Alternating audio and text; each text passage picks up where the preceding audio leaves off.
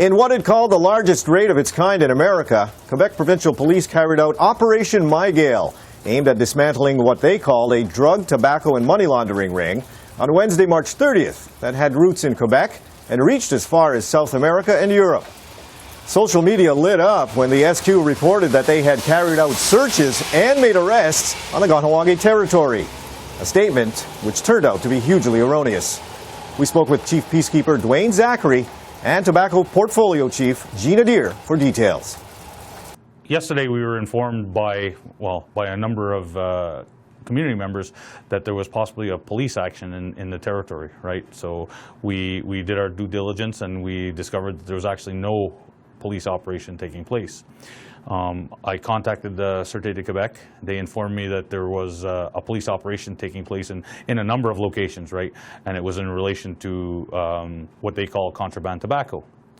They contacted me later on that day and said that there were 3 people from our community who had warrants in their name, and they asked for our assistance, at which time I advised them that we don't get involved in tobacco files.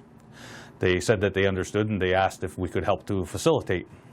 Basically what we did is we were given the names of the 3 individuals. We contacted them and we gave them information about how they could go about taking care of their warrants.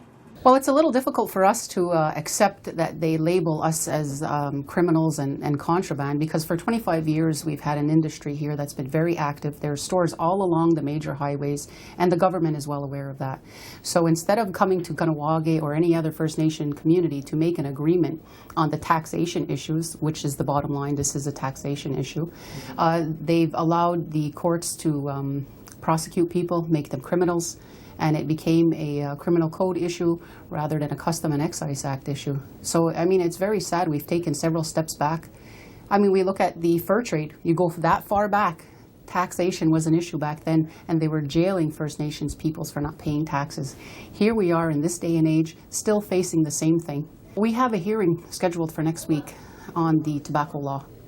April 5th, we have our next hearing, and the law is moving forward within the community. We are organizing ourselves here in Kahnawake. The law is not made for the outside policing agencies or governments or anything. It's for internal use only.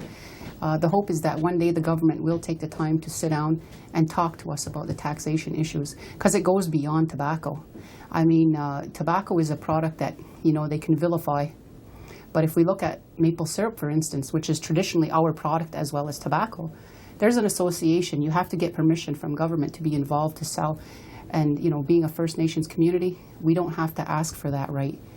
So it's something that we've always done. We've taught them. We've exposed them to these products. And now we're vilified for, you know, utilizing them for economic development.